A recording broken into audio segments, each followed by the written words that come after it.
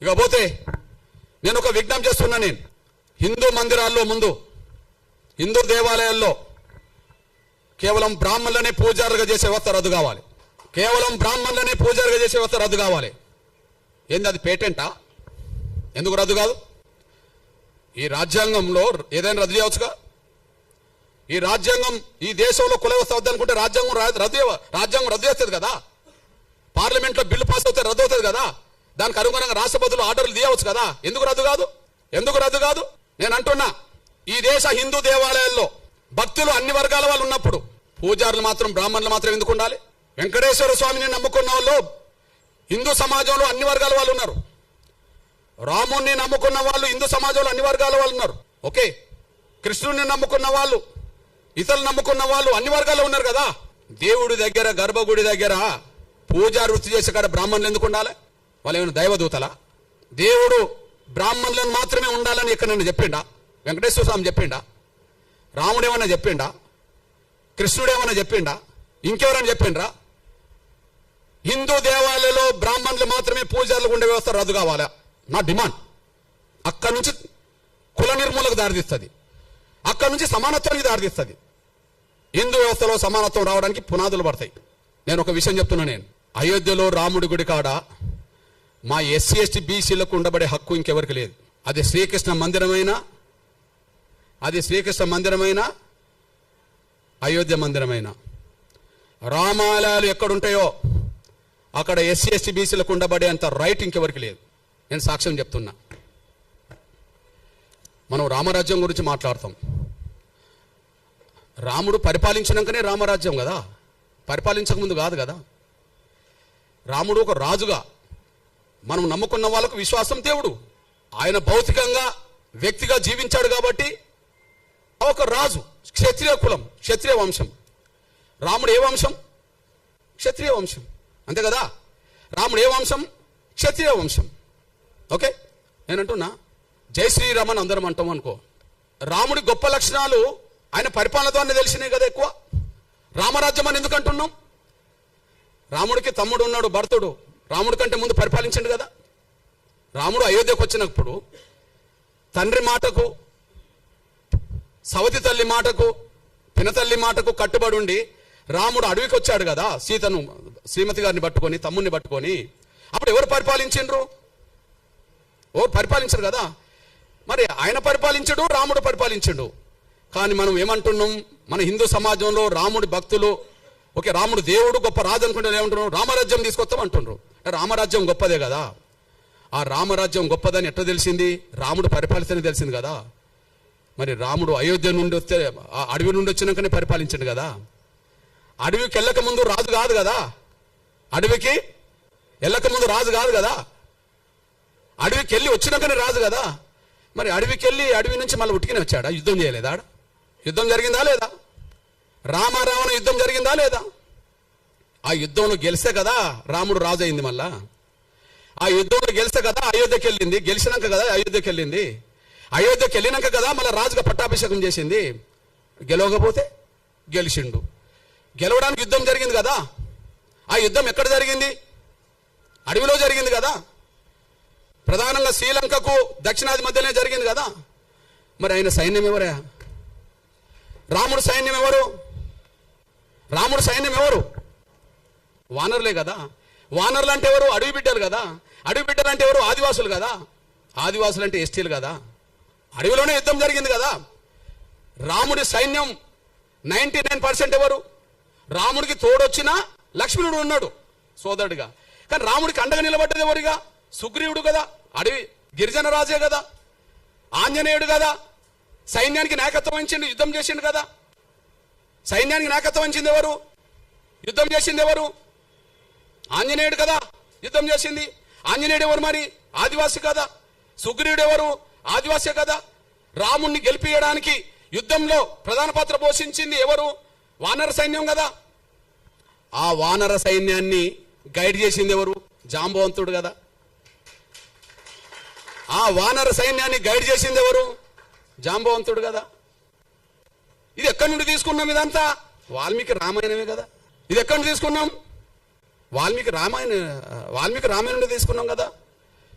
ఇప్పుడు మనకు మన సైన్యాన్ని దేశ ప్రభుత్వాన్ని గైడ్ చేస్తున్నది ఎవరు చెప్పు? దేశంలో ఒక పెద్దాయన అజిత్ దోవల్, అంతేనా? సైన్యాన్ని ప్రభుత్వాన్ని గైడ్ చేసేది ఎవరు? అనుభవస్తుడు అజిత్ దోవల్. అజిత్ దోవల్ లాంటి పాత్ర రావణుడి యుద్ధ కాలంలో జాంబవంతుడు చేసిండని చరిత్ర ఉన్నది కదా.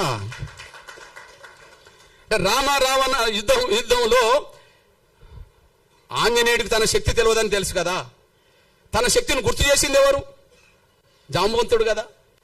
నువ్వు దాటగలవు, నువ్వు సముద్రాన్ని ఈదగలవు, దాటగలవు, నువ్వు వాయుపుత్రుడివి కదా, నువ్వు పోయి రాగలవు, సీత జాడ తెలుసుకోగలవు, అక్కడున్న వాస్తవాలు చెప్పగలవు, అక్కడి నుంచి మనం యుద్ధం చేయగలవు అని చెప్పింది ఎవరు? ఆంజనేయుడికి తన శక్తి స్వరూపుడని గైడ్ చేసింది ఎవరు? చైతన్యపరిచింది ఎవరు? ప్రోత్సహించింది ఎవరు? జాంబవంతుడు కదా. రామ లక్ష్మణులతో పాటు సైన్యం అంతా మూర్చబడ్డప్పుడు, వాళ్ళ దాడిలో రావణకు సంబంధించిన వాళ్ళ యుద్ధం దాడిలో మూర్చపోయినప్పుడు వాళ్ళని లేపడానికి వాళ్ళ ఆంజనేయుని పంపి ఏం తెప్పించిండు? మీరే చెప్పాలి. సంజీవిని తెప్పించింది ఎవరు? జాంబవంతుడే కదా. యుద్ధాన్ని నడిపించింది జాంబవంతుడు. యుద్ధంలో త్యాగాలు చేసింది వానర సైన్యం.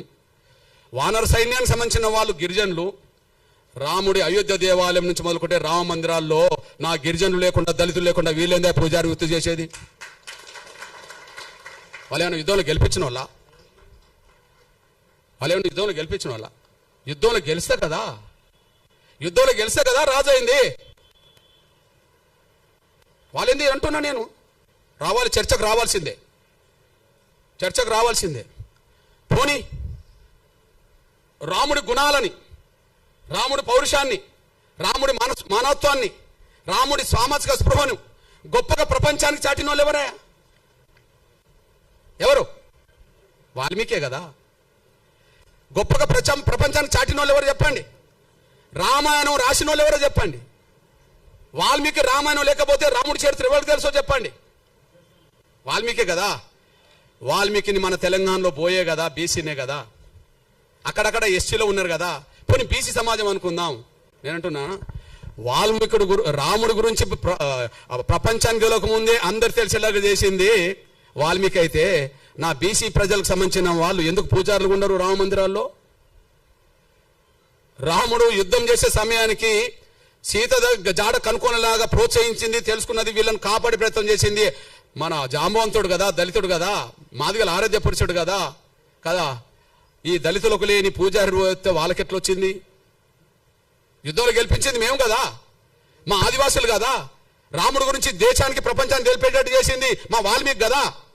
వాల్మీకిని బ్రాహ్మణులను ఒప్పుకోమనండి, జాంబవంతుడు మావాడని ఒప్పుకోమనండి, ఆంజనేయుడు మావాడని ఒప్పుకోమనండి. వాళ్ళు ఒప్పుకోరు కదా. వాళ్ళు ఎవరు మరి? ఆంజనేయ వారసత్వం వానరులు అవుతానేమో గిరిజనులు, జాంబవంతుడు అయితేనే దళితుడు మాదిగా, వాల్మీకి పోయా. మరి మాకు లేని స్వేచ్ఛ రామ మందిరాల్లో, మాకు లేని హక్కు రామ మందిరాల్లో, మేము పూజారులు కానప్పుడు యుద్ధం చేయడానికి మాత్రం మేము ఉపయోగపడాలా? యుద్ధం చేయడానికి ఉపయోగపడాలా? సాబతుకులు ఉన్న వాళ్ళని కాపాడడానికి ఉపయోగపడాలా?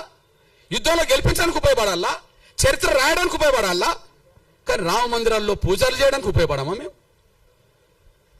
మా దళితుల్లో, గిరిజనుల్లో, బలహీన వర్గాల్లో ఐఏఎస్ ఆఫీసర్లు అవుతాను కదా. ఈ దేశ రాష్ట్ర కేంద్ర ప్రభుత్వ సర్వీసులో ప్రధానంగా బ్యూరోక్రాట్స్ అంటే ఎవరంటారు? ఐఏఎస్ఏ కదా.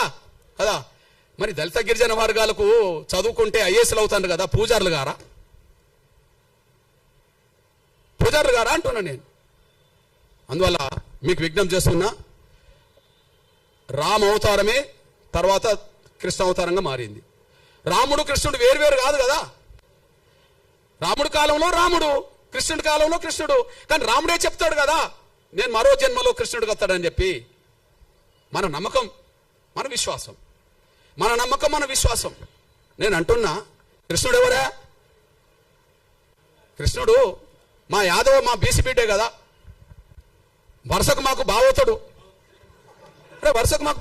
కాదని చెప్పానండి. వరుసకు మాకు బావవుతాడు కాదని చెప్పానండి. రాముడు రావణ మధ్యలో జరిగిన యుద్ధము 1000 మంది చచ్చిపోయినరు కదా, 18 రోజులు జరిగింది. కానీ మా ఆది జాంబవుడును కృష్ణుడి మధ్యలో ఒక గృహంలో జరిగిన యుద్ధం 28 రోజులు జరిగింది. ఏ యుద్ధం ఎక్కువ పెద్దది? ఇద్దరి మధ్యలో జరిగింది. ఎవరు ఓడలే, ఎవరు గెలవలే.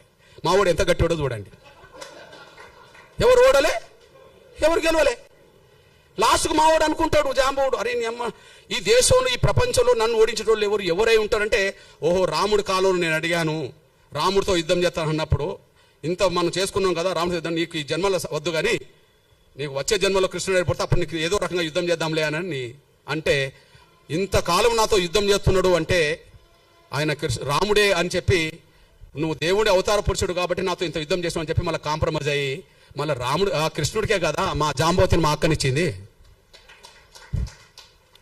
ఈయన ఒక మణిహారం కోసం వెతుకులాట చేస్తూ, ఒక మణిహారం ఉన్నది, ఆ మణిహారం ఒక అతను మెడకేసుకొని వస్తుంటే సింహం తింటది. జాంబవంతుడు ఆ సింహాన్ని తీసి చంపి ఇది తీసుకొచ్చుకుంటాడు, బిడ్డకు దగ్గర ఆడుకుంటుంటాడు ఆ వస్తువు. ఈయన వెతుకుతూ వస్తుంటాడు. వెతుకుతూ జాంబవంతుడు కనిపిస్తాడు. జాంబవంతుడు కృష్ణుడి మధ్యలో యుద్ధం జరుగుతుంది. 28 రోజులు జరుగుతుంది.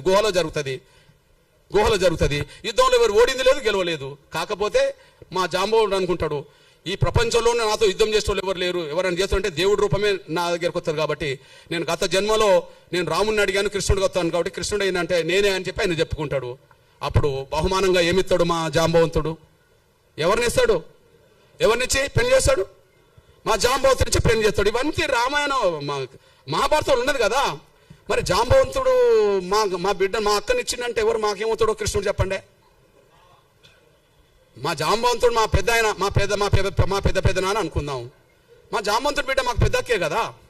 మా పెద్ద అక్కను ఎన్నో భార్యగా చేసుకున్నది మా కృష్ణుడే కదా. కృష్ణుడు మాకు బావ అవుతాడు కదా. మా బావ ఉన్న కాడ మేము ఎందుకు పూజారం కావాలి? నాకు అర్థమవుతుంది. మా బావ ఉన్న కాడ మేము ఎందుకు పూజారులు కామే? మా బావ దగ్గర కూడా మీరేనా వాళ్ళ పూజ వృత్తి చేయడానికి? రాముణ్ణి గెలిపిస్తాం, రాముణ్ణి కాపాడుతాం, మళ్ళీ ఆయన దగ్గర ఉండొద్దు, మేము ఇటు పోవద్దు, ఆడు ఉండొద్దు. ఇది పెద్ద డ్రామా వీళ్ళది. ఎడిపోవద్దు, వీడు మతం మార్చుకోవద్దు, మళ్ళీ వీడు ఉండద్దు, ఈ పూజారి కాడికి రావద్దు. ఇది చెల్లదు.